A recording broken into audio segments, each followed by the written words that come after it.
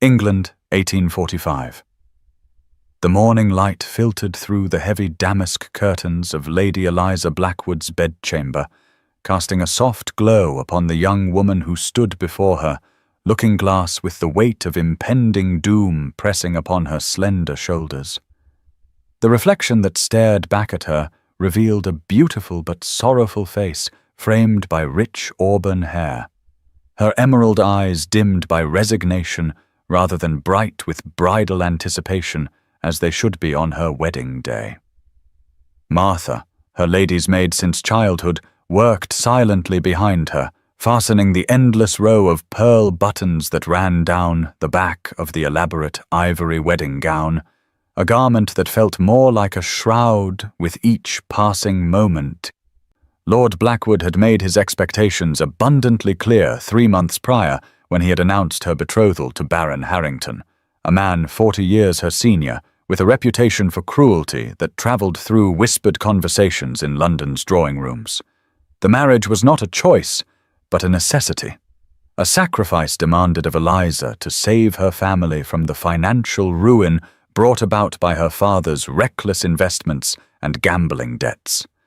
The elaborate trousseau, the lavish ceremony, the hundreds of aristocratic guests already arriving downstairs, all were merely gilded trappings to disguise what was essentially the selling of a daughter to pay a father's debts. Eliza caught Martha's sympathetic gaze in the mirror as the maid placed the delicate lace veil upon her carefully arranged auburn curls. "This feels more like a funeral than a wedding," she whispered, her voice barely audible in the oppressive silence of the room. Martha's fingers stilled momentarily on the veil, her eyes reflecting shared understanding of the truth in those words. The beautiful spring morning beyond the window seemed a cruel mockery, the cheerful bird song and sunshine at odds with the desolation within Eliza's heart. She had once dreamed of marriage as most young women did, with hope and romantic notions of love and partnership, but those dreams had withered first under the quiet devastation of Sebastian Thornfield's inexplicable withdrawal from her life 2 seasons ago, and now lay completely crushed beneath the weight of her father's commandment. In less than 2 hours, she would speak vows binding her for life to a man whose mere presence made her skin crawl, whose rheumy eyes lingered too long on her youthful figure, whose thin lips curved in satisfied possession whenever he looked at her. Lord Blackwood's footsteps sounded in the hallway, approaching to escort his daughter to the waiting carriage that would deliver her to St. George's Chapel and her waiting groom. Eliza straightened her spine and lifted her chin, steeling herself against the tears that threatened. She would not give her father the satisfaction of witnessing her distress, nor would she arrive at her wedding with reddened eyes. If this was to be her fate, she would face it with the dignity befitting a lady of her station, even as every fibre of her being silently screamed in protest against the future closing in around her with the inexorability of iron bars. St. George's Chapel, the wedding proceeds as London's elite whisper behind fans. Eliza notices the imposing figure of Duke Sebastian Thornfield standing apart from the crowd, tall, dark-haired, with intense grey eyes. Their gazes lock momentarily, stirring an unexpected flutter in her chest. Sebastian had once courted her 2 years prior, but mysteriously withdrew, leaving her heartbroken. His presence now seems a cruel reminder of what could have been. Baron Harrington, 40 years her senior, wheezes as he recites his vows, while Sebastian watches with barely concealed contempt. St. George's Chapel stood resplendent in the morning light, its Gothic arches soaring heavenward as hundreds of aristocratic guests filled the ancient pews, a sea of silk gowns and formal attire rustling beneath the vaulted ceiling. Eliza moved down the aisle on her father's arm with practiced grace that belied the hollow ache in her chest, her eyes fixed on the aged figure awaiting her at the altar. Baron Harrington's thin frame, draped in expensive tailoring that could not disguise the frailty of his 70 years. As she took her place beside her groom, the subtle whispers behind jeweled fans reached her ears, the elite of London society speculating on the obvious disparity of the match, the waste of youth and beauty sacrificed to age and wealth.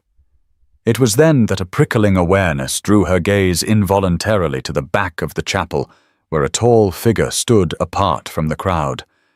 His broad shoulders and commanding presence, unmistakable even before her eyes confirmed what her heart already knew. Duke Sebastian Thornfield watched the proceedings with an intensity that seemed to pierce through the very air between them.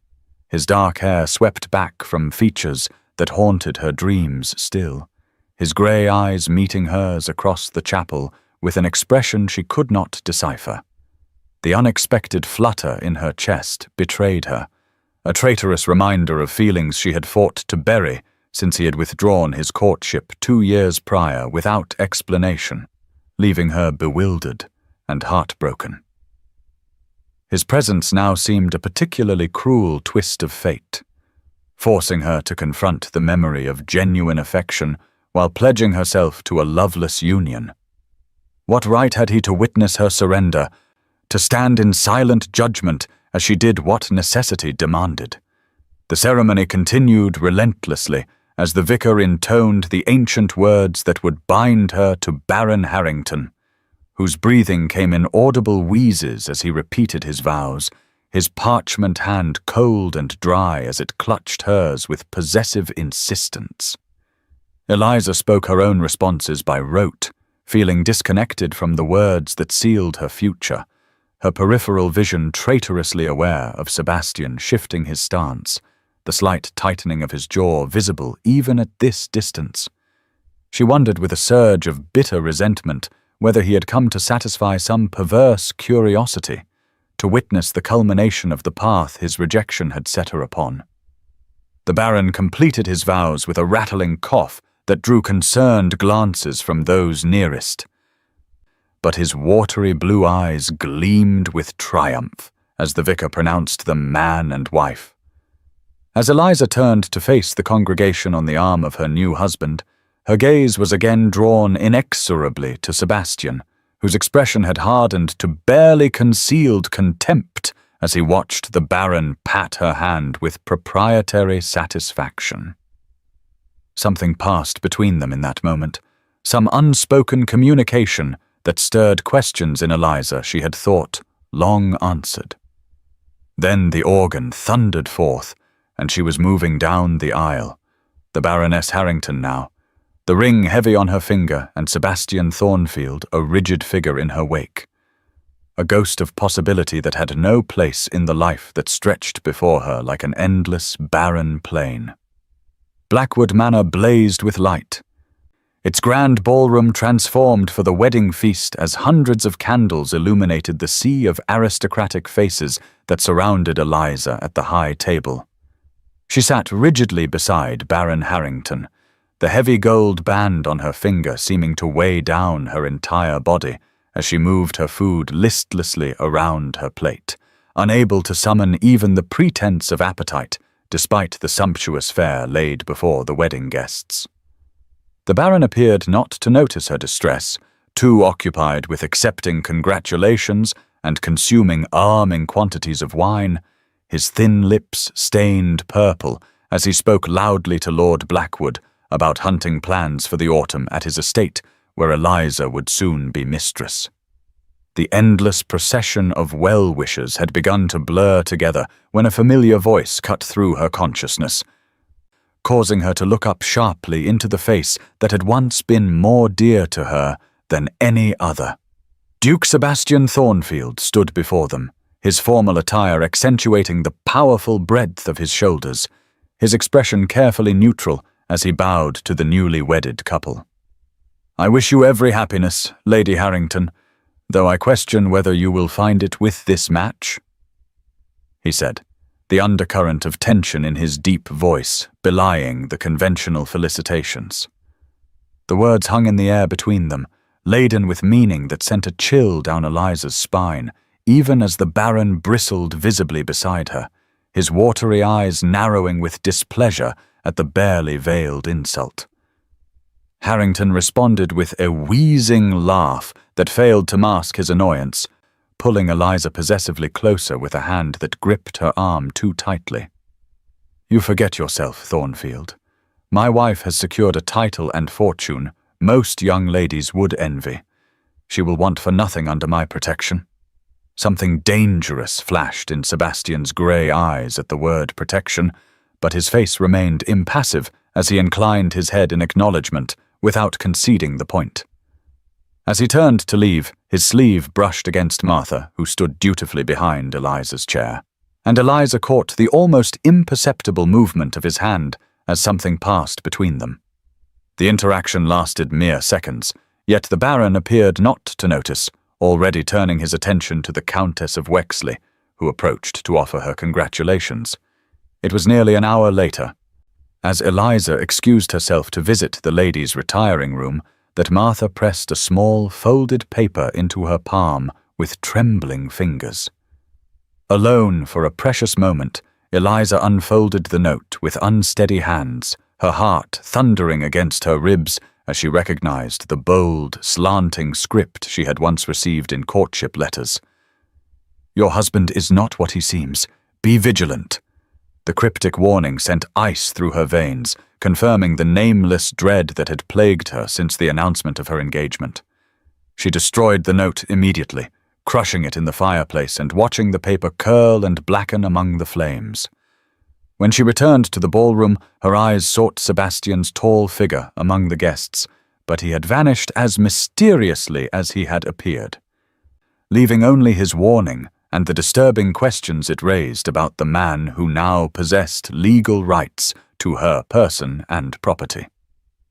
The Baron's hand closed around hers once more as the musicians prepared for the first dance, his thin fingers cold against her skin, and Eliza wondered with growing unease what secrets lay behind his rheumy eyes, and what danger Sebastian had risked himself to warn her against. Evening descended upon Blackwood Manor as the wedding feast progressed into its final hours, the muted golden glow of candelabras casting long shadows across the faces of guests who lingered for the culmination of the celebrations.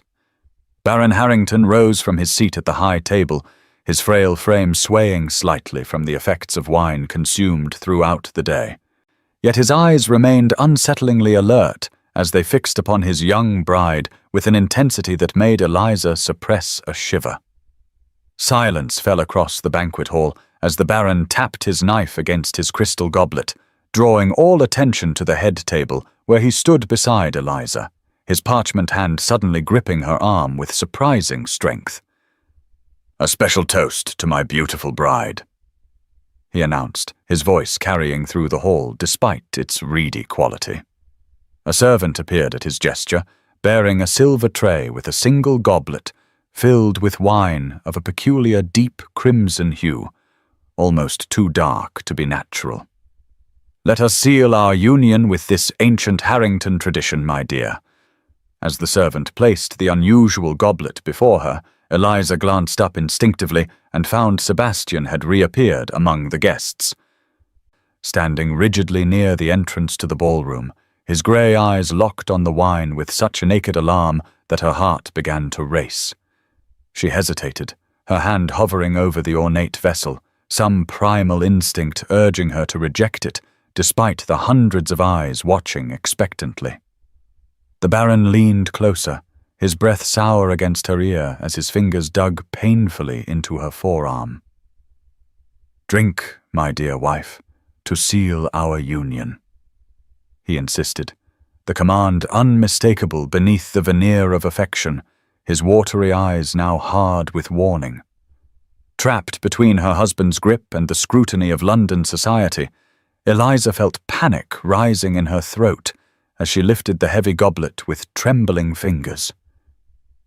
Across the room, Sebastian suddenly moved, pushing through the crowd with urgent purpose. But the distance was too great and the press of guests too thick for him to reach her in time. With the Baron's hand still vice-like upon her arm, Eliza raised the goblet to her lips and drank deeply, propriety and obedience overriding the warning that screamed in her mind. The liquid slid down her throat, unexpectedly bitter and strange, leaving a burning sensation in its wake that she knew instantly was not merely the bite of strong wine. She caught Sebastian's expression of horror as he froze midway across the room, too late to prevent what had already occurred. The Baron released her arm with a satisfied nod, accepting congratulations from nearby guests who raised their own glasses in response to the toast, seemingly oblivious to the peculiarity of the ritual. Only Sebastian remained motionless amid the celebrating crowd, his face a mask of barely contained fury and fear as Eliza set down the goblet with hands that had begun to tremble noticeably.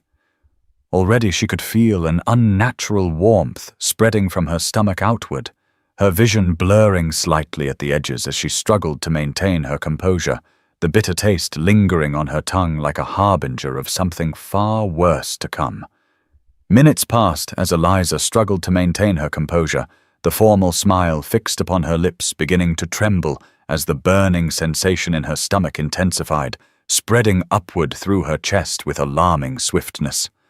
The banquet hall seemed to tilt and sway around her, the faces of guests blurring into indistinct shapes as her vision clouded at the edges and her breathing became labored, each breath a painful struggle against the invisible vice tightening around her lungs. She clutched at the edge of the table, her knuckles white with effort as she fought to remain upright, but the weakness spreading through her limbs proved too powerful to resist. A violent tremor seized her body, and she collapsed from her chair, crumpling to the floor in a swirl of ivory silk and lace as the first screams of alarm rose from the guests nearest the high table. Through the haze of encroaching darkness, Eliza was dimly aware of the pandemonium erupting throughout the ballroom, women crying out in horror and men shouting for a physician as the festivities dissolved into chaos. Her fading consciousness registered Sebastian, shoving people roughly aside. His face contorted with desperate urgency as he fought to reach her through the crush of confused guests and servants. The Baron remained oddly still amid the commotion, making no move to assist his fallen bride, watching instead with an expression of detached interest that seemed grotesquely out of place, as though observing an experiment whose outcome he found mildly fascinating, rather than witnessing his wife in mortal distress. Eliza felt herself being gathered into strong arms, her head cradled against a broad chest as Sebastian knelt beside her on the floor, his voice cutting through the cacophony of panicked voices surrounding them. "Poison. I feared this," he said, his tone urgent but controlled, as his fingers pressed against the pulse at her throat, finding it rapid and weakening. His grey eyes, so close now, blazed with a combination of fury and fear as he shouted for space, for water, for his carriage to be brought around immediately. Through the roaring in her ears, Eliza heard the Baron speak, his thin voice carrying a note of cold amusement that chilled her, despite the fire consuming her insides. "You cannot save her, Thornfield. The compound acts too quickly."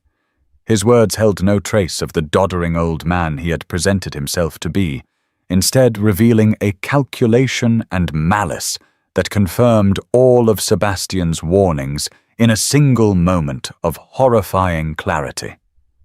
Eliza tried to speak, to ask why, to understand what evil had befallen her on what should have been merely a day of resigned sadness rather than mortal peril, but her throat constricted painfully, permitting only a weak gasp that brought the metallic taste of blood to her tongue. She felt herself being lifted, Sebastian rising to his feet with her limp form in his arms, his voice a distant rumble against her ear as consciousness began to slip away entirely. "Hold on, Eliza. Do not leave me. Not now, when I have finally found you again." The words followed her into the darkness as her head fell back over his arm, her body surrendering to the poison that raced through her veins with merciless efficiency. The ballroom and its occupants fading into nothingness as Sebastian carried her swiftly from the hall. Sebastian raced through the manor's winding corridors with Eliza's limp form cradled against his chest, her head lolling lifelessly as he took the stairs 2 at a time. Desperate to reach privacy before the poison completed its deadly work. Behind him echoed shouts and the Baron's reedy voice demanding the return of his bride, but Sebastian pressed forward with single-minded purpose until he reached a small sitting room off the east wing.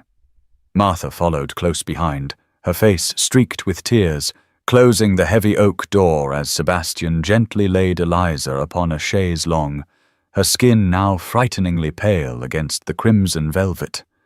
Quickly, he barricaded the door with a chair wedged beneath the handle as the first angry pounding began. The Baron's muffled demands for entry barely registering as Sebastian turned his full attention to the woman fighting for each shallow breath before him. From an inner pocket of his waistcoat, he withdrew a small crystal vial containing a clear liquid. His hand steady despite the chaos erupting in the hallway beyond the door and the panicked sobbing of Martha, who had collapsed into a nearby chair, her hands covering her mouth to stifle the sounds of her distress. Sebastian knelt beside the chaise, one strong arm sliding beneath Eliza's shoulders to lift her head and upper body, her auburn hair spilling across his sleeve like liquid fire against the dark fabric. "This antidote may save her, but she must drink it now," he said, his voice commanding yet tinged with a desperation that revealed how precarious her situation truly was. "She will die without it." Eliza's eyes fluttered open briefly, unfocused and clouded with pain, a small moan escaping her lips as Sebastian uncorked the vial with his teeth, spitting the stopper aside without concern for propriety or decorum. With gentle yet insistent pressure, he parted her lips with his fingers and poured the liquid directly into her mouth, tilting her head back to ensure the precious antidote reached her throat rather than spilling uselessly down her chin. When her body convulsed against the intrusion, threatening to reject the cure, Sebastian pressed his hand firmly against her mouth, forcing her to swallow despite her unconscious resistance, his touch paradoxically tender even in its unyielding insistence. "Drink, Eliza, please," he murmured, his voice dropping to a hoarse whisper as the last of the liquid disappeared between her pale lips.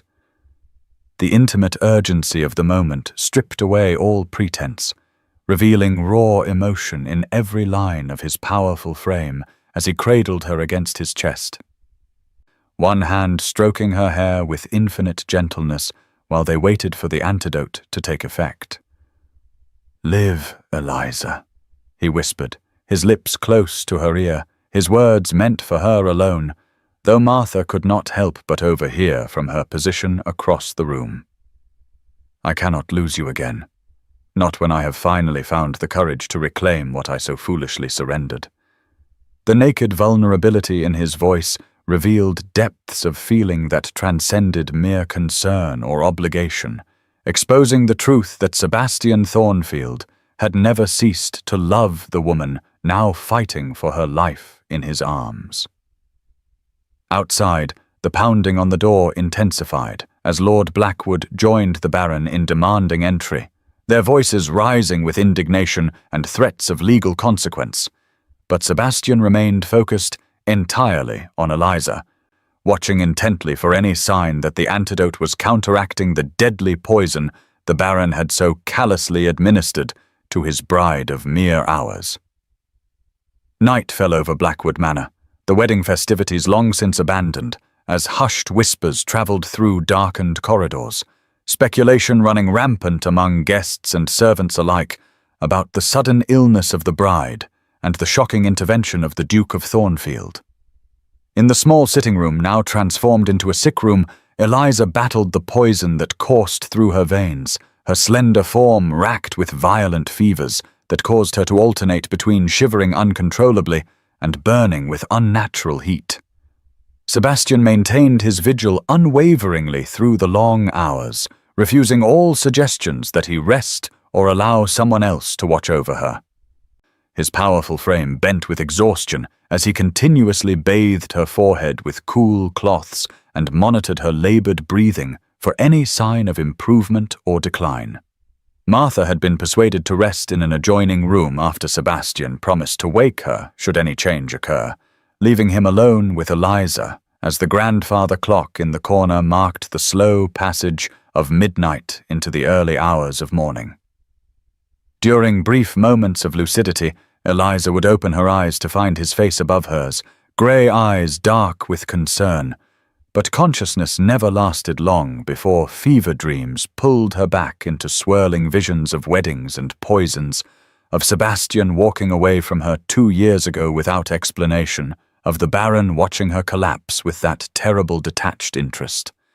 In one such moment of clarity, she managed to form a single word, why, the question encompassing both her present situation and the abandonment that had preceded it by 2 years. Sebastian understood all she asked in that single syllable, his hand stilling on her brow as he finally revealed what had driven every action since their courtship abruptly ended. I discovered 2 years ago that Harrington was involved in a poisoning ring targeting wealthy spouses for inheritance, he explained, his deep voice soft in the quiet room, exhaustion evident in every line of his face as he continued to bathe her heated skin. The Baron has buried 3 wives already, each death attributed to natural causes, but each occurring within a year of marriage after the victim had altered their will in his favor. I have been gathering evidence since then, working with certain officials at Scotland Yard, building a case strong enough to bring him to justice.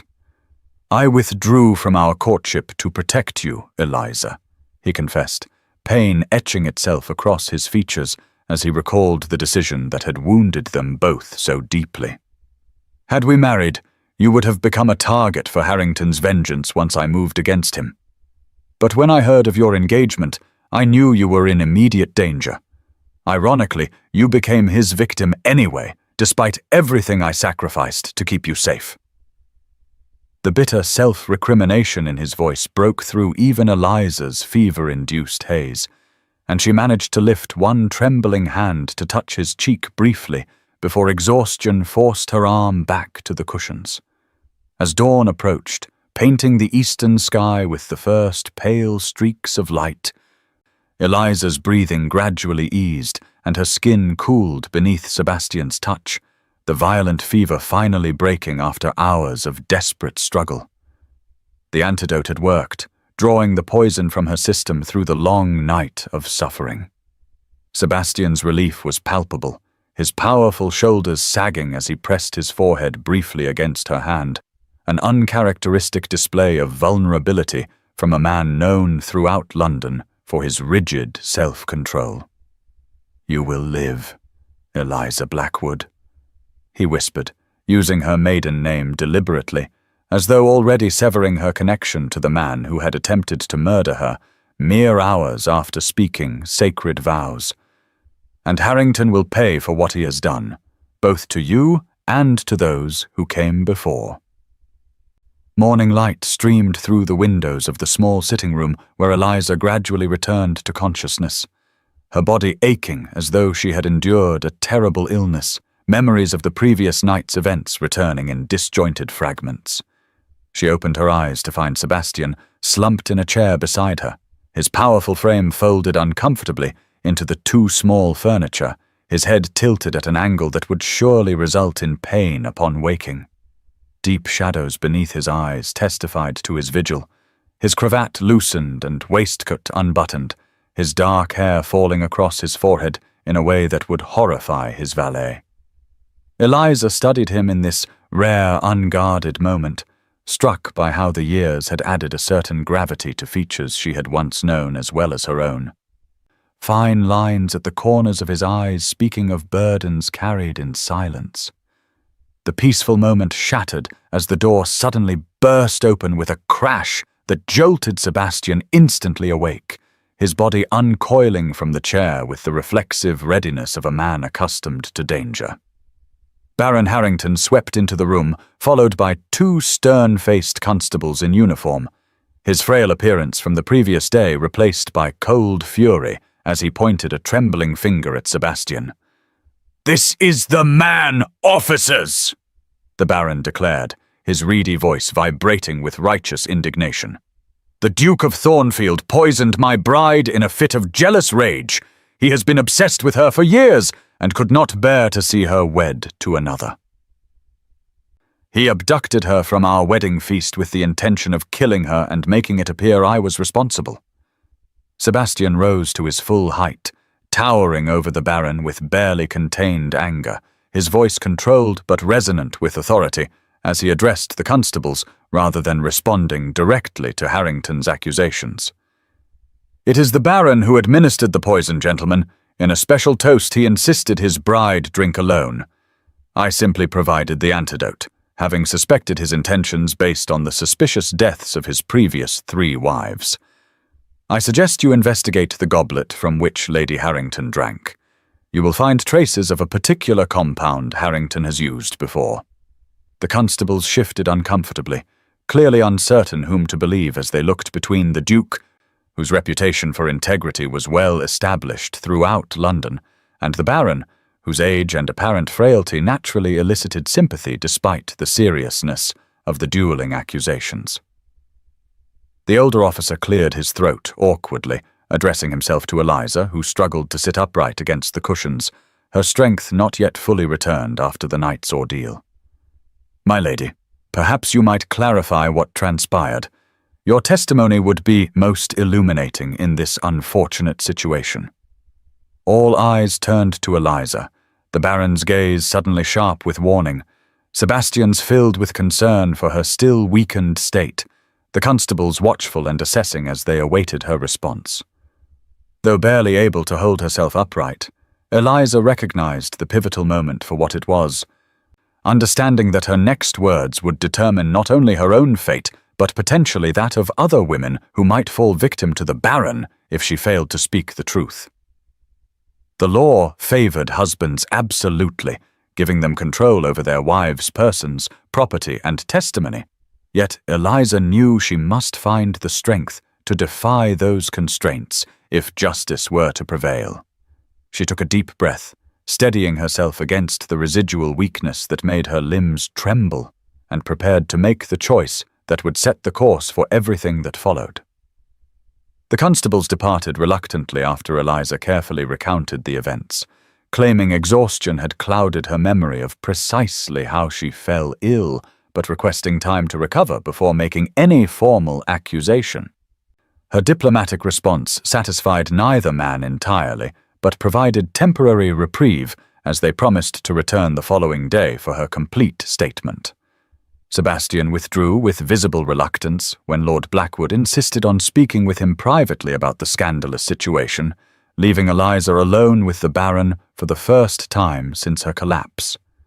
As the door closed behind them, the transformation in Baron Harrington was immediate and chilling, his stooped posture straightening, the tremor in his hands disappearing as though it had been merely an affectation, his watery eyes suddenly sharp with malevolent clarity. He moved toward the chaise where Eliza lay still too weak to stand, his thin lips curved in a smile entirely devoid of warmth as he loomed over her with surprising vigor for a man of his years. "You should have died quietly, my dear," he said, his voice no longer reedy but cold and precise, each word carefully enunciated as he reached out to stroke her cheek with fingers that felt like the touch of a corpse. 3 previous wives did, without all this unpleasant fuss. A simple toast, a peaceful passing in their sleep, and their fortunes transferred neatly to my accounts. The unexpected revelation of his true nature rendered Eliza momentarily speechless, the full horror of Sebastian's warnings crystallizing into terrifying reality as the Baron continued his monologue, seemingly unconcerned that she might report his words to others. "But no matter," he continued, withdrawing a small silver box from his waistcoat pocket and opening it to reveal a fine white powder. "I will simply finish what I started, and your devoted Duke will hang for it." Such a tragic tale of obsession. The noble Duke of Thornfield so consumed with jealousy that he poisoned his former love rather than see her belong to another. The courts will be most sympathetic to a grieving husband, particularly one with my connections. The aged face she had once found merely unpleasant now appeared monstrous in its calculated cruelty. The mask of respectability completely dissolved to reveal the predator beneath as he approached with clear intent, the open box of poison held before him like an offering. Eliza tried to push herself upright, to call for help, but her limbs remained treacherously weak from the previous night's ordeal, her voice emerging as barely more than a whisper as she struggled against the cushions. The Baron reached for her with frightening purpose, his free hand moving to grip her jaw and force her mouth open, when the door suddenly opened and Martha entered carrying a tray of tea, her eyes widening in horror at the tableau before her. The maid froze in the doorway, the tray trembling in her hands as she witnessed the Baron poised above her mistress with unmistakable murderous intent, the evidence of his true nature displayed plainly in both his posture and the poison he still held. In the suspended moment of shocked silence, Eliza saw understanding dawn in Martha's face, followed swiftly by determination as the loyal servant backed out of the room without a word, clearly intent on summoning help. The Baron whirled toward the door with a snarl of frustration, snapping the silver box closed and returning it to his pocket. As the opportunity for completing his deed evaporated with the presence of a witness. "We are not finished, Lady Harrington," he hissed, his facade of elderly frailty returning like a well-worn cloak as voices approached in the corridor outside. "You would be wise to remember that legally, you remain my wife, my property, and your testimony against me would be worthless in any court in England." His threat lingered in the air between them as Sebastian burst through the doorway with Martha close behind him, the Duke's expression darkening to thunderous rage as he registered the scene before him and the terror evident in Eliza's pale face. 2 days after the fateful wedding, Sebastian returned to Blackwood Manor at dawn, his expression grimly triumphant as he strode through the entrance hall, a leather document case clutched tightly in one hand. He had spent the intervening time gathering testimonies from servants who had worked in Harrington households when previous wives had died, along with a chemist willing to testify about unusual purchases the Baron had made in the weeks preceding each death. The evidence was circumstantial but compelling, enough to justify a more thorough investigation by the authorities, who had initially been skeptical of such accusations against a peer of the realm.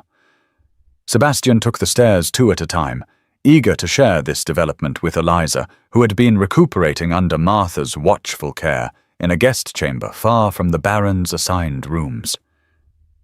His mounting anticipation dissolved into instant alarm when he found the room empty, the bed neatly made as though it had not been slept in, no sign of either Eliza or her loyal maid anywhere in the chamber. A folded paper on the dressing table caught his eye, his name written in Martha's neat hand across the outside. He tore it open, scanning the contents with increasing urgency, as the maid's words revealed the chilling confrontation she had witnessed and the desperate action it had prompted. "Sir, we could not wait for your return," Martha had written. "After what I saw and heard, I feared for my mistress's life every moment she remained under this roof. The Baron openly threatened to complete his murderous scheme and implicate you in her death. I have taken Lady Harrington to Thornfield Hall, as you once mentioned. It was the safest place you knew.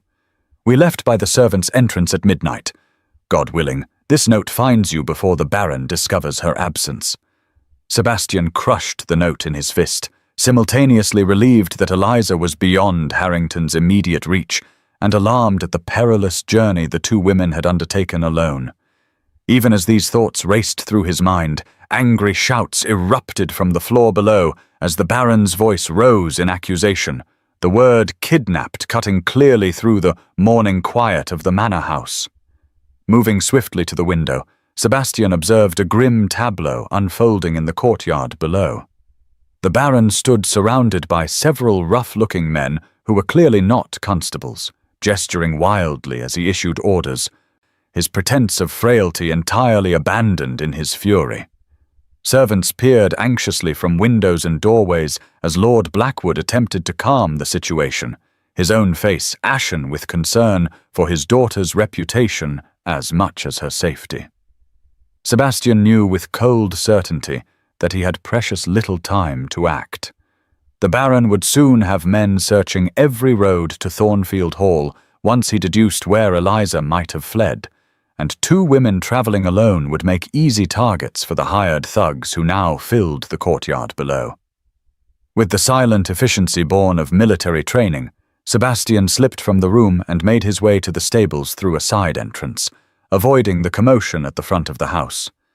Within minutes he was galloping away from Blackwood Manor, pushing his stallion to a punishing pace as he took less travelled roads toward his ancestral estate, racing against both Harrington's men and the scandal that would soon erupt across London as the Baron publicly accused him of abducting another man's wife. The peaceful English countryside flew past in a blur of green fields and hedgerows, Sebastian's mind calculating distances and time, estimating where Eliza and Martha might be if they had left at midnight as the note suggested, and where they might encounter the danger that now pursued them with murderous intent. Thornfield Hall rose majestically against the twilight sky, a sprawling Tudor mansion whose ancient stones seemed to glow with amber warmth as the setting sun cast long shadows across its vast parkland. Eliza observed the imposing structure from the hired carriage window. Her body still weak from the poison and the harrowing journey, Martha's supportive arm around her shoulders as they approached the estate that represented their only hope of sanctuary. The journey had been arduous, undertaken in stades with frequent stops to allow Eliza to rest, their progress slowed by the necessity of avoiding main roads where the Baron's men might be watching. As their carriage rolled to a stop before the grand entrance, the massive oak doors swung open immediately as though their arrival had been anticipated, revealing a line of servants headed by an elegant older woman whose bearing suggested authority beyond that of an ordinary housekeeper. "Welcome to Thornfield Hall, Lady Harrington," the woman said, stepping forward to assist Eliza from the carriage with surprising strength for her years. "I am Mrs. Winters, the housekeeper.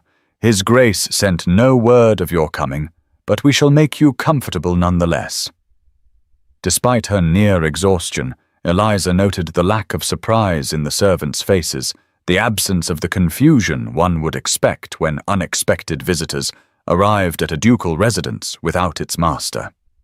Instead, she encountered knowing glances exchanged among the staff as Mrs. Winters efficiently directed footmen to bring their meagre luggage and instructed a maid to prepare hot baths and light refreshments.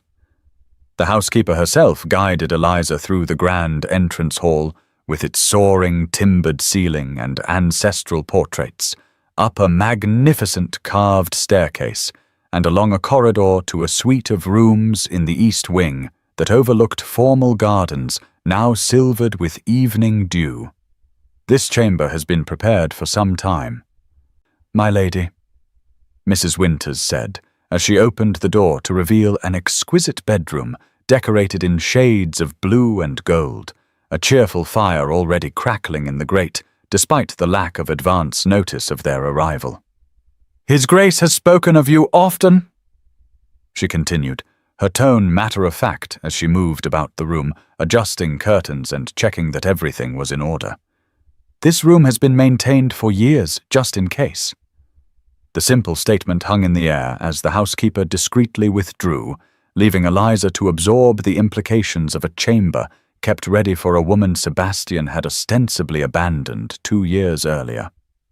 Too exhausted for further contemplation that night, Eliza surrendered to the care of a kindly maid who helped her bathe and change into a nightgown that fit perfectly, despite having been provided from the household stores rather than her own luggage. She fell into dreamless sleep almost instantly, her body claiming the rest it desperately needed to continue healing. Morning brought greater strength, and with it, curiosity. After breaking her fast with a light meal served in her chamber, Eliza explored the suite that had allegedly been waiting for her arrival for years.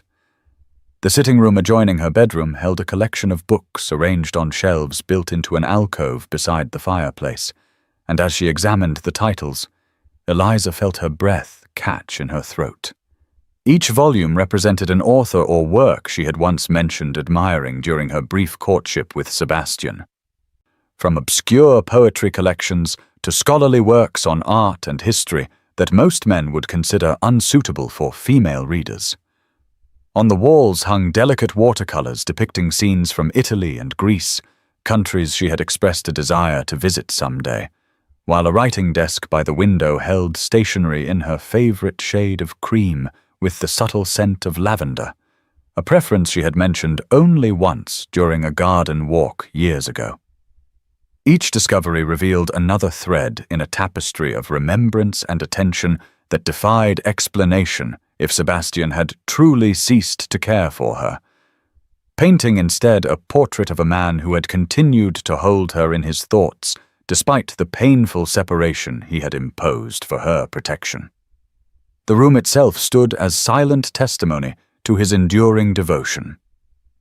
A sanctuary created in her absence and maintained faithfully during years when he had no reason to believe she would ever occupy it, yet could not bring himself to abandon the possibility entirely.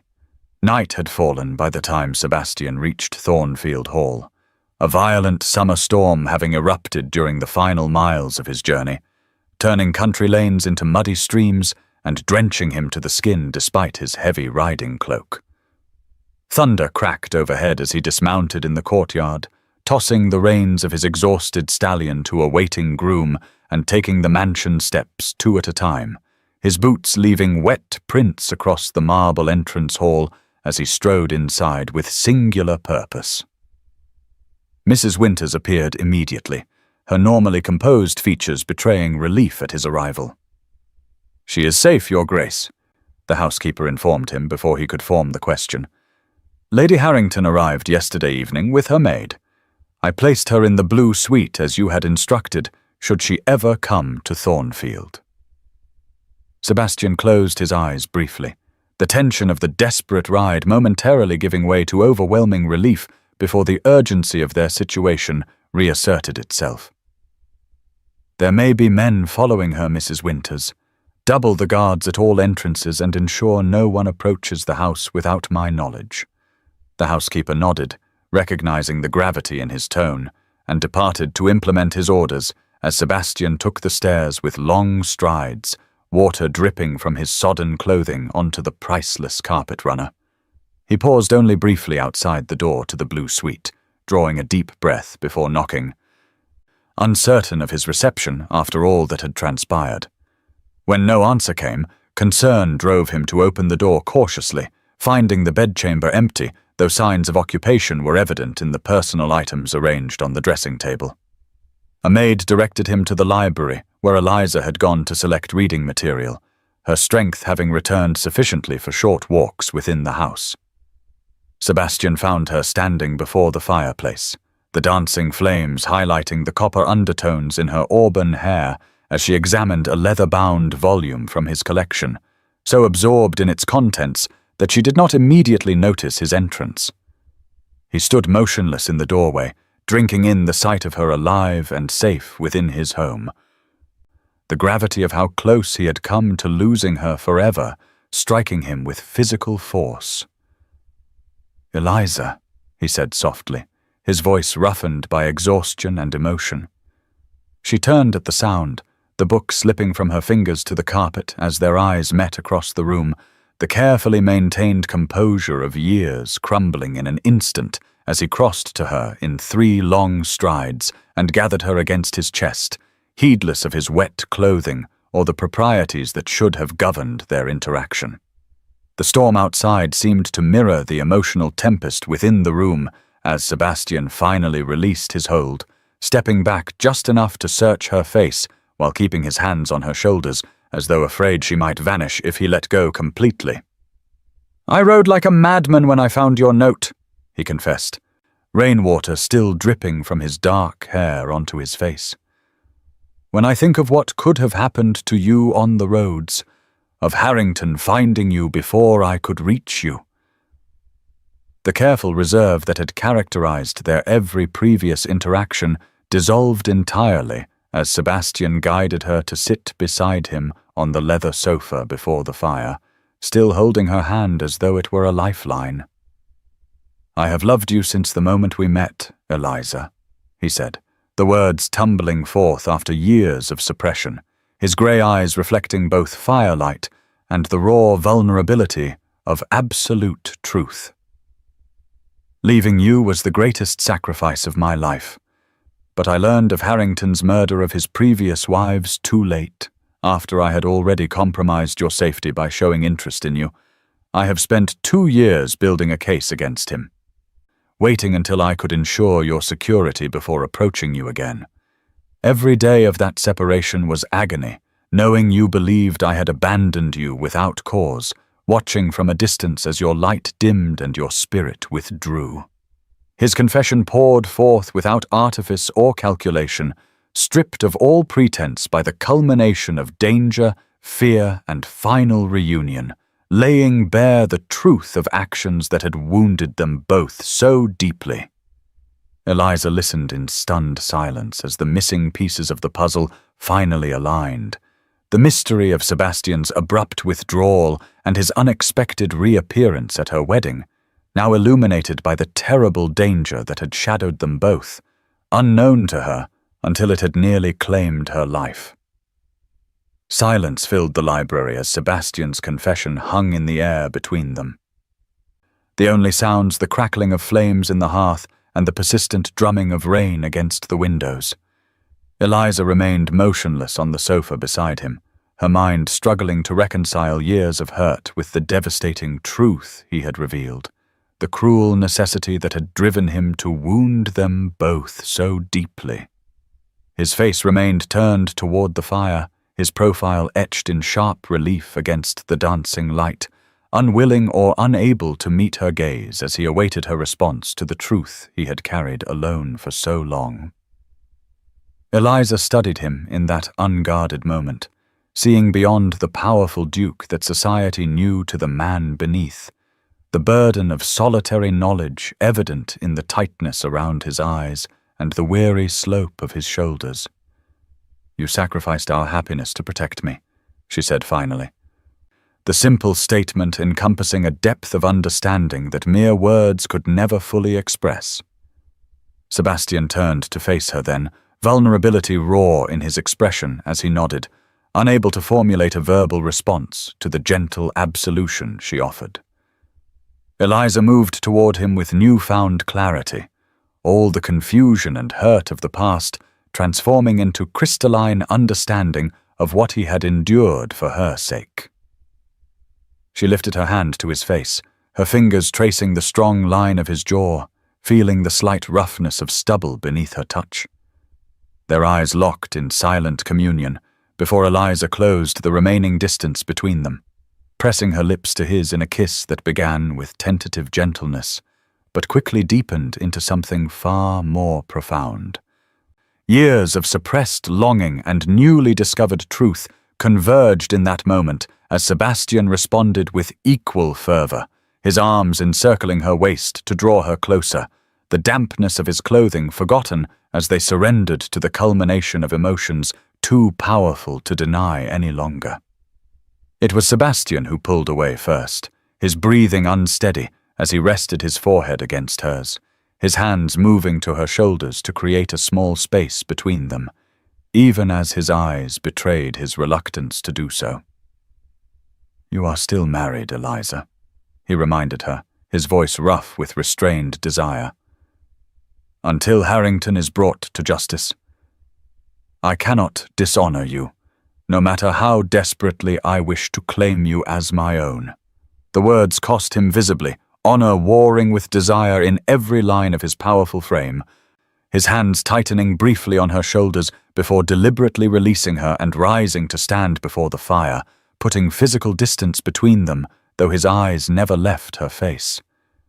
Where another man might have taken advantage of their isolation and her vulnerable position, Sebastian chose restraint, his sense of honor prevailing despite the passion that clearly burned within him.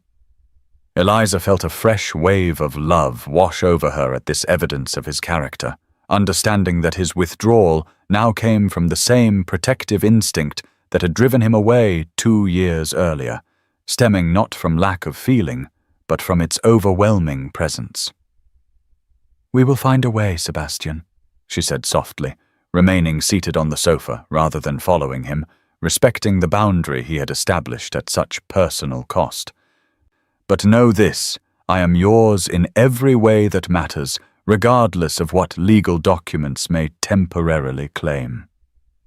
A piece of paper forced upon me through my father's desperation does not bind my heart." The declaration hung between them, both promise and torment. As thunder crashed outside, nature's dramatic accompaniment to the emotional tempest contained within the library walls, their reunion both healing and incomplete as external dangers continued to threaten the fragile happiness they had rediscovered within each other's presence. The tranquil atmosphere of Thornfield Hall shattered 3 days after Eliza's arrival, when a footman burst into the morning room where she and Sebastian sat planning their strategy for bringing the Baron to justice, the evidence Sebastian had gathered spread across the polished mahogany table between them. The servant's face was pale with alarm as he delivered the news that had sent him running through the house in search of his master. "Baron Harrington approaches with constables, Your Grace, not more than a 1/4 mile down the main road. They appear most determined, and the Baron himself leads the party rather than sending subordinates." The peaceful breakfast instantly transformed into urgent activity as Sebastian gathered the documents with swift efficiency, securing them in a locked drawer before turning to Eliza with grave intensity.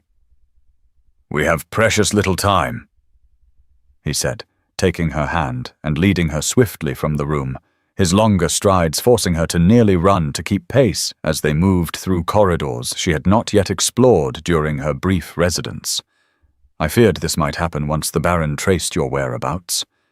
He clearly means to force your return using legal authority, as you remain his wife under law regardless of his crimes against you." Sebastian led her to the ancestral portrait gallery, where he pressed a hidden mechanism behind a particular frame, revealing a narrow doorway previously invisible within the oak paneling. "This passage leads to the old chapel ruins at the eastern edge of the estate," he explained, his voice low and urgent as he lit a lamp from a nearby sconce and handed it to her. "The remains lie on consecrated ground that technically falls under church jurisdiction rather than mine, creating a legal complexity that may give us precious time should Harrington attempt to search for you there. Wait until I send Martha or Mrs. Winters with word that it is safe to return." Before she could step into the passage, Eliza grasped his arm, the question that had haunted her for days finally finding voice in this moment of imminent separation. "Why did you never tell me the truth, Sebastian? Why not trust me with the real reason you withdrew, rather than leaving me to believe you had simply tired of our attachment?" Sebastian's expression softened momentarily, despite the urgency of their situation, his free hand rising to brush her cheek in a fleeting caress. "Because you would have insisted on facing the danger at my side, and I could not risk losing you," he answered without hesitation, the simple truth laying bare both his understanding of her character and the depth of his protective instinct. "I know your courage, Eliza, your determination when you believe something right. You would never have allowed me to confront Harrington alone once you knew the truth, and I could not bear the thought of him turning his vengeance upon you." The distant sound of carriage wheels on gravel reached them, spurring Sebastian to press a swift kiss to her forehead before guiding her into the passage. "Go now," he urged, his expression hardening once more with resolve as he prepared to face the Baron and whatever legal entanglements he had brought to Thornfield Hall. "Trust that I will find a way to protect you, as I have always sought to do, however imperfectly." The hidden door closed between them, leaving Eliza to make her way through the narrow stone passage by lamplight, her heart divided between fear for their precarious situation and a newfound certainty that Sebastian's every action, however painful in execution, had been motivated by love too profound to allow her safety to be compromised, even at the cost of their mutual happiness. Sebastian stood alone in the grand entrance hall of Thornfield Hall, his powerful frame silhouetted against the morning light, streaming through the tall windows as he awaited the arrival of his unwelcome visitors. He had changed into formal attire befitting his station, the Duke of Thornfield presenting an imposing figure of aristocratic authority as the massive oak doors swung open to admit Baron Harrington and 4 constables whose expressions betrayed their discomfort at being caught between 2 powerful noblemen. "I demand the immediate return of my wife," Harrington declared without preamble, his reedy voice echoing in the cavernous hall as he gestured imperiously with his walking stick and all pretense of frailty abandoned in his fury. "You have unlawfully taken what is legally mine, Thornfield, and I will see you imprisoned for this offense, regardless of your rank." Sebastian remained unmoved, his grey eyes cold as he regarded the man who had attempted to murder Eliza mere hours after exchanging sacred vows with her. Rather than responding directly to the accusations, he withdrew several folded documents from inside his coat and addressed himself to the lead constable, a greying man whose weathered face suggested years of service and the wisdom that accompanied such experience. "I believe you will find these papers of interest, Officer Blackwell. They contain sworn testimonies from servants present at the deaths of the Baron's 3 previous wives, along with documentation from a chemist in London regarding unusual purchases made by Lord Harrington shortly before each death." The constable accepted the documents with visible reluctance, clearly uncomfortable with the escalating tension between the noblemen as he unfolded the papers and began to scan their contents, his expression growing increasingly troubled as he absorbed the evidence Sebastian had gathered over 2 years of patient investigation. The Baron's face contorted with rage as he realized the nature of the documents being examined, his carefully constructed facade of respectability crumbling visibly as he recognized the imminent threat of exposure. "You've been a thorn in my side too long, Thornfield," he snarled, his voice dropping to a venomous hiss as his hand moved inside his coat with sudden purpose. Before anyone could react, he withdrew a small pistol concealed within his garments, leveling it directly at Sebastian's chest with unexpected steadiness for a man of his years. "I should have dealt with you when you first began asking questions about my dear departed wife, Amelia." A shot rang out in the enclosed space, the explosive sound magnified by the marble floors and high ceiling, yet Sebastian remained standing, confusion flashing briefly across his face as the Baron's aim wavered. In the same moment, a cry echoed from the gallery above where Eliza had emerged from hiding, unable to remain concealed when she realized Sebastian faced mortal danger. Her sudden appearance distracted the Baron just enough for his shot to go wide, the bullet grazing Sebastian's shoulder rather than finding its intended mark in his heart. In the ensuing chaos, Sebastian lunged forward despite his injury, grappling with the Baron for control of the weapon as the constables rushed to intervene, finally wrenching the pistol from Harrington's grip and subduing the struggling nobleman whose mask of civilized propriety had vanished entirely, revealing the murderous rage beneath. The evidence and attempted murder of a duke proved too compelling even for the constables who had initially been reluctant to believe such accusations against a peer of the realm. As they secured the Baron's wrists with iron manacles, Sebastian staggered backward, the adrenaline of the confrontation fading to reveal the spreading crimson stain on his white shirt where the bullet had torn through flesh. He collapsed heavily onto the bottom step of the grand staircase. His face suddenly pale as blood loss and shock took their toll, while Eliza flew down the stairs toward him, her skirts gathered in her hands and terror evident in every line of her face as she reached the man who had once again placed himself between her and danger, this time paying a physical price for his protection. The library at Thornfield Hall transformed into a makeshift sick room as Sebastian was carried there on the urgent instructions of the family physician, Dr. Harding, who had arrived mere minutes after the Baron's arrest, summoned by Mrs. Winters at the first sign of trouble. The massive oak table where they had earlier spread their evidence was hastily cleared to become an impromptu operating surface where the doctor could extract the bullet lodged in Sebastian's shoulder. His instruments laid out on pristine linen as Eliza assisted with steady hands that belied her inner turmoil. Blood soaked through the makeshift bandages pressed against the wound, Sebastian's face ashen against the rich mahogany of the table as the doctor worked methodically to repair the damage, his expression grave but not despairing as he finally secured the last stitch and applied a clean dressing to the injury. "He will need constant attention," the doctor informed Eliza, as servants prepared the Duke's bedchamber for his recovery. "The wound itself is not mortal, but fever often follows such injuries and presents its own dangers. I shall return tomorrow to check his progress, but until then, cooling cloths and small sips of water when he wakes are your best course of action." Despite Mrs. Winters' gentle suggestion that she rest while others maintained the vigil, Eliza refused to leave Sebastian's side once he had been settled in his massive four-poster bed, the same fierce determination evident in her emerald eyes that he had referenced when explaining why he had kept his investigation secret from her. Through the long night that followed, she bathed his forehead with cool cloths as fever set in exactly as the doctor had warned, watching helplessly as Sebastian drifted between consciousness and delirium, his powerful frame now vulnerable in a cruel reversal of their positions when he had tended her through the aftermath of poisoning. During his brief moments of lucidity, he recognized her presence with a ghost of his usual smile before pain and fever pulled him back into restless unconsciousness.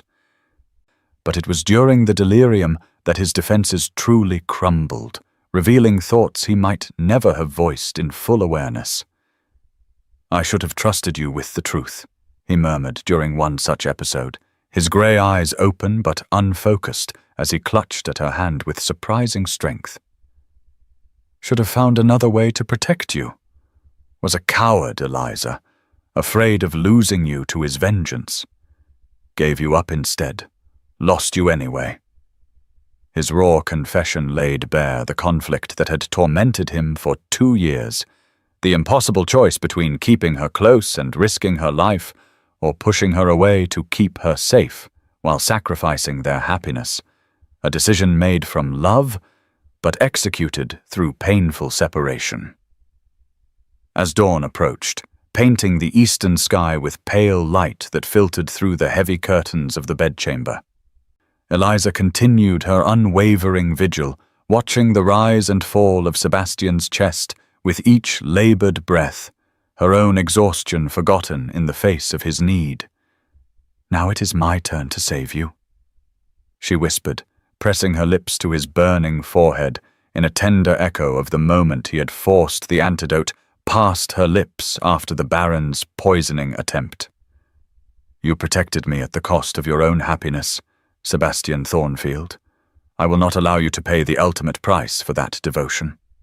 Her quiet declaration hung in the stillness of the room as she resumed her careful ministrations, determined that the man who had sacrificed everything to shield her from harm would not succumb to the consequences of his protection, her love for him deepening with each revelation of the true depth of his devotion. However flawed its expression had been in the painful separation he had imposed to keep her safe from a danger she had not known existed until it nearly claimed her life. The weeks following the Baron's arrest brought gradual healing to Sebastian, his strong constitution responding well to Dr. Harding's treatment, as the wound slowly closed and fever abated under Eliza's constant care. By the time autumn painted the grounds of Thornfield Hall in russet and gold, Sebastian had regained enough strength to leave his bed for short periods, moving carefully to the library, where he could continue working on legal matters from the comfort of a well-padded chair positioned near the warmth of the hearth. Their peaceful recovery was interrupted one crisp October morning when Mrs. Winters announced the arrival of Mr. Willoughby, Sebastian's solicitor, whose grave expression as he entered the library portended unwelcome news despite his polite greeting. "I fear I bring troubling developments, Your Grace," he said after the initial pleasantries, glancing uncomfortably at Eliza, who sat nearby with her embroidery, having refused to be dismissed for what she rightfully considered a discussion that concerned her future as intimately as Sebastian's. Baron Harrington, despite being imprisoned awaiting trial, has filed legal papers demanding the return of his wife to his custody upon his release, maintaining that regardless of his alleged crimes, the marriage remains legally binding and his rights as a husband inviolable under English law. Sebastian's jaw tightened visibly, his hand clenching on the arm of his chair with such force that his knuckles whitened against the dark leather. "Surely attempted murder constitutes grounds for dissolution of marriage," he countered, his voice dangerously controlled as he confronted the solicitor, who shifted uncomfortably under his employer's intense gaze. "The law is unfortunately quite clear on this matter, Your Grace," Mr. Willoughby replied, his thin fingers adjusting his spectacles nervously as he delivered the unpalatable truth. "While the Baron's crimes will almost certainly result in his imprisonment, or possibly even execution given the evidence against him, the legal status of Lady Harrington as his wife remains unchanged unless an Act of Parliament is passed specifically dissolving the marriage. Such acts are exceedingly rare and generally granted only to the highest echelons of society when significant property or titles are at stake." The silence that followed this pronouncement hung heavy in the library as Sebastian and Eliza absorbed the implications of this legal reality. The crackle of logs in the fireplace, the only sound disturbing the tense atmosphere. After several moments, Sebastian turned to Eliza, his grey eyes reflecting determination despite the pallor that still lingered from his injury and subsequent fever. "I will find a way to free you legally, Eliza," he promised, his voice carrying the same absolute conviction with which he had once vowed to protect her from Harrington's murderous schemes. "I will petition Parliament myself if necessary, use every connection and favour at my disposal. I will not lose you again, not to legal technicalities after all we have endured." In response, Eliza set aside her embroidery and moved to stand beside his chair, her hand resting gently on his shoulder, in a gesture that spoke volumes about the evolution of their relationship from his unilateral protection to genuine partnership. "We will find a way together, Sebastian," she corrected gently, her voice steady with newfound confidence that had blossomed through the trials they had faced. "I am no longer the sheltered girl who needed protection without understanding the danger that threatened. From this moment forward, we face our challenges as equals, each contributing our separate strengths to overcome whatever obstacles remain between us and happiness." Her declaration, spoken without hesitation before both Sebastian and his solicitor, marked a transformation from the resigned young woman who had walked down the aisle to marry the Baron to a woman fully conscious of her own worth and capabilities, no longer content to have decisions about her life and safety made without her participation. Sebastian covered her hand with his own, acknowledging without words the shift in their dynamic, recognizing that his recovery and their future now depended as much on her strength as his own, a realization that seemed to bring him not diminishment, but relief after carrying the burden of protection alone for so long. The austere grandeur of the Old Bailey courthouse stood as silent witness to one of the most scandalous trials in recent memory, as London society packed the public gallery, aristocrats rubbing shoulders with commoners in their eagerness to observe the unprecedented spectacle of a baron accused of murdering 3 wives and attempting to murder a 4th. Lord Harrington sat in the dock, his previously commanding presence diminished by the prison garb that replaced his fine tailoring, though his expression remained one of haughty disdain as he surveyed the proceedings with the air of a man convinced of his immunity despite the evidence arrayed against him.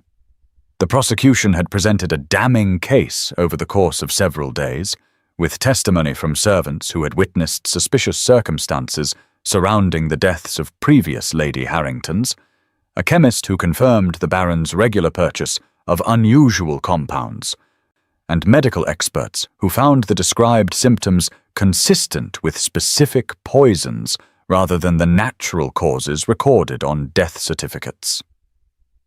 The crowning moment arrived when Eliza Blackwood took the stand, her composure remarkable as she faced the man who had attempted to end her life, mere hours after speaking wedding vows.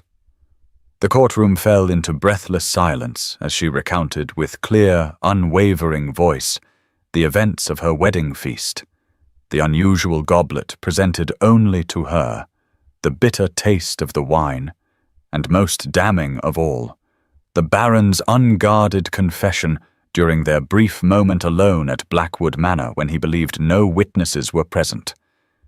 "You should have died quietly, my dear. 3 previous wives did," she quoted, her steady gaze never leaving the Baron's face as she repeated the words that had revealed his true nature and confirmed Sebastian's suspicions. "He told me he would finish what he started, and that the Duke of Thornfield would hang for it. His intention to murder me and frame his grace was explicitly stated." The gallery erupted in shocked whispers at this testimony, ladies pressing handkerchiefs to their lips, while gentlemen exchanged grim glances, the scandal of a peer of the realm exposed as a serial murderer overshadowing even the unusual circumstances of a wife testifying against her husband in a society where such legal action was nearly unprecedented. The judge, a stern man with 4 decades of experience on the bench, listened with grave attention before turning to address the legal question that had loomed over the proceedings since their commencement.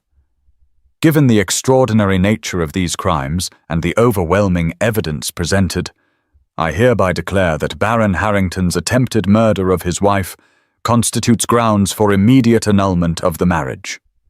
Lady Harrington shall henceforth legally return to her maiden name of Blackwood and be freed from all obligations and connections to the accused. The pronouncement sent fresh ripples of astonishment through the courtroom, such a ruling representing a radical departure from established precedent regarding the dissolution of marriage, yet the judge's expression brooked no argument as he continued. "The prisoner will be remanded to Newgate to await sentencing, which, given the severity and multiplicity of his crimes, will undoubtedly result in the maximum penalty under the law." As guards moved to escort the Baron from the dock, he suddenly lunged toward the barrier separating him from where Sebastian sat in the front row of the gallery, his face contorted with malevolent fury as he spat his final venomous words. "You will never be happy, Thornfield. You have stolen what is mine. Even from the grave, I will find ways to poison whatever joy you think to build on my defeat." Sebastian rose to his full height, his grey eyes cold as he regarded the man who had caused such suffering, his voice carrying clearly through the hushed courtroom as he delivered his response. "She was never yours to possess, Harrington. No human being belongs to another, regardless of documents or ceremonies. The law may have temporarily bound her to you, but her heart and spirit remained ever free of your claim. The Baron was led away in chains, his once powerful position in society permanently destroyed by the evidence of his crimes and the public revelation of his true nature." As Eliza descended from the witness stand, Sebastian moved forward to offer his arm in support, their unified departure from the courtroom representing not merely the triumph of justice over villainy, but the hard-won freedom to pursue the happiness that had been denied them through deception and threat. Beyond the imposing doors of the Old Bailey, autumn sunlight greeted them with unexpected warmth, seeming to herald a new beginning unburdened by the shadows that had haunted them both for far too long. 3 months later, spring arrived at Thornfield Hall in a glorious explosion of colour and fragrance, nowhere more evident than in the walled rose garden, where generations of duchesses had cultivated rare and beautiful varieties.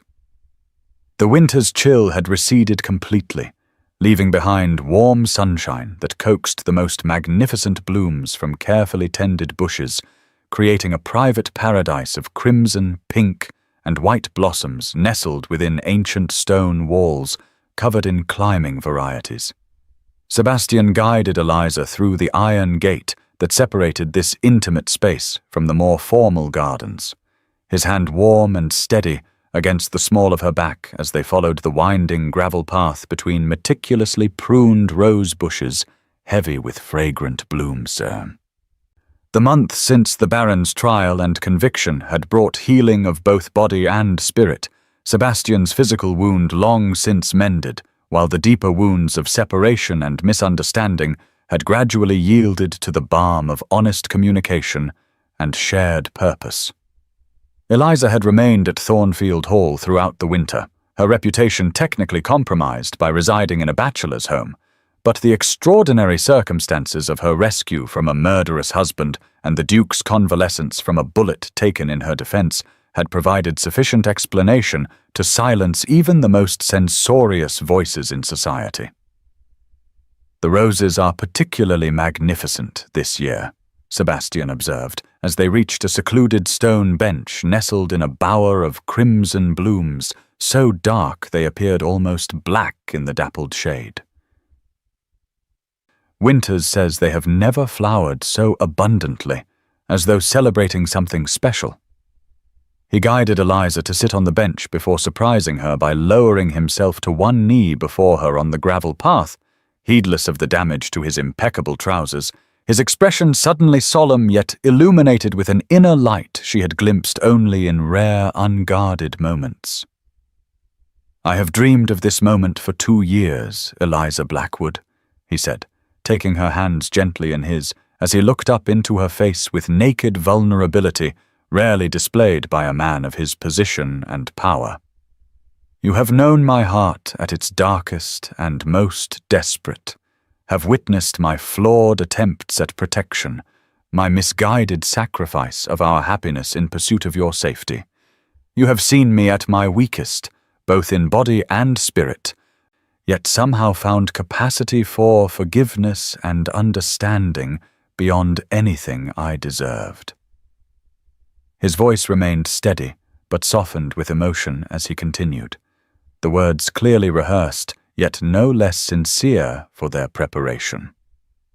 "Would you do me the honor of becoming my Duchess, not from obligation or rescue, but because 2 broken paths have finally converged? I offer not the protection of a title or the security of wealth, for you have proven your strength requires neither, but rather the devotion of a man who has learned through bitter experience that true love must be founded on honesty, trust, and partnership rather than mere sheltering." Sunlight filtering through the rose-covered arbor above them caught the tears that sprang to Eliza's eyes, transforming them to diamonds that sparkled against her lashes as joy illuminated her face from within. The painful journey that had brought them to this moment seemed suddenly worthwhile, each step of separation and suffering necessary to forge the deeper understanding they now shared, teaching them both that love without truth was merely a beautiful illusion, while love tempered by hardship and honesty could withstand any challenge. "Yes, Sebastian," she answered, her voice steady despite the emotion evident in her shining eyes. "I will become your Duchess, your partner, your equal in all things." She leaned forward to place her hands on either side of his face, the gesture both tender and deliberate, as she sealed their agreement with a kiss that spoke of chosen commitment rather than arrangement or obligation, of a future built on mutual desire and respect rather than the social conventions that had nearly destroyed them both. Thornfield Hall's ancient walls had witnessed countless unions of convenience and duty throughout the centuries, marriages arranged for advantage or necessity rather than affection.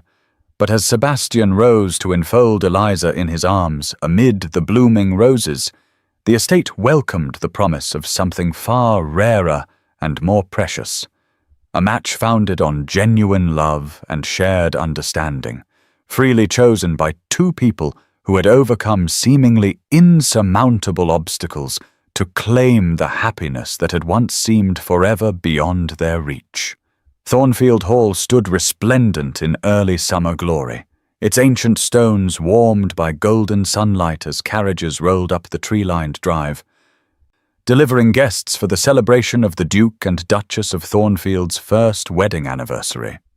The great house had been transformed for the occasion, every room filled with flowers from the estate gardens, the ballroom prepared for dancing, and the formal dining room set for a feast that would rival any in London society.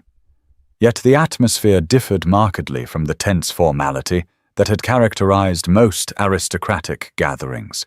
Genuine warmth and affection evident in the greetings exchanged between hosts and guests as Sebastian and Eliza welcomed each arrival personally, their hands clasped together in a subtle but significant display of their profound connection.